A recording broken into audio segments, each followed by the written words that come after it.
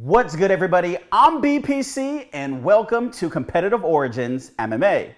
Well, Kamaru Usman defended his welterweight championship belt of the world against Gilbert Durinho Burns in the main event of UFC 258.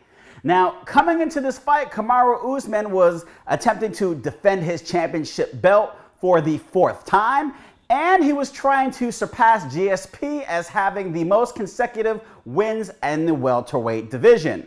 Gilbert, on the other hand, was just trying to make his dream come true and become the UFC welterweight champion.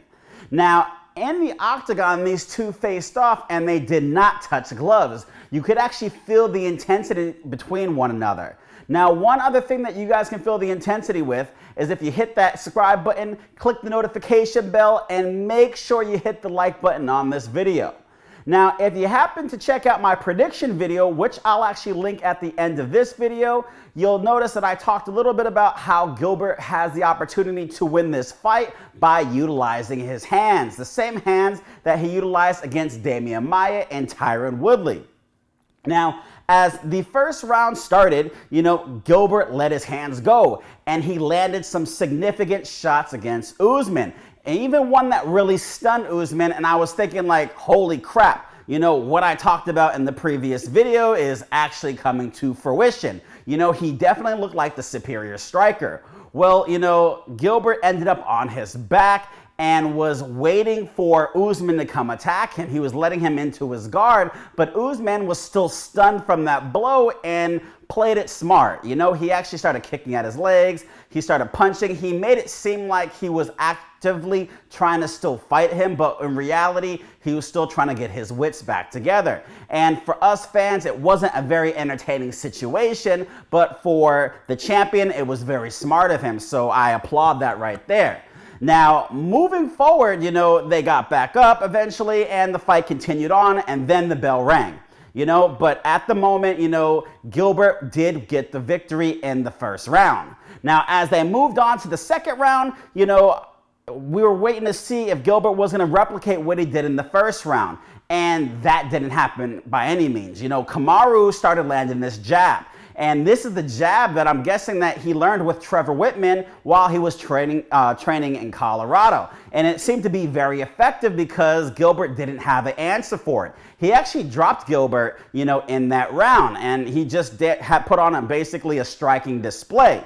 Now, Gilbert, on the other hand, failed to give any combos. He would throw a punch and then it was like, take several punches, take several punches. And then he'd move around and then he'd throw another punch and there was no combos. He was just very ineffective with his striking in the second round. It just completely flipped.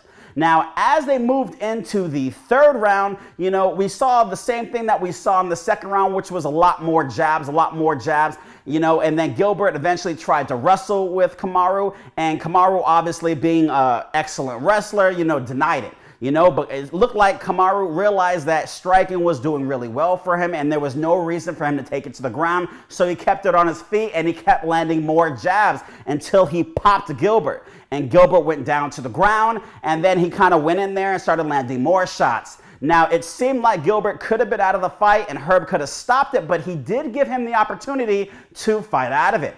And it looked like Gilbert was going to grab, Kamaru, but then Kamaru got him off of him and then started landing more shots. And then Herb just decided to stop the fight, realizing that, Gilbert was out of it. Now, he obviously was awarded the TKO victory and he looked great, obviously. He definitely has, like I said in the prediction video, he has improved his skill set. He's a much more refined striker now, which is scary for the welterweight division.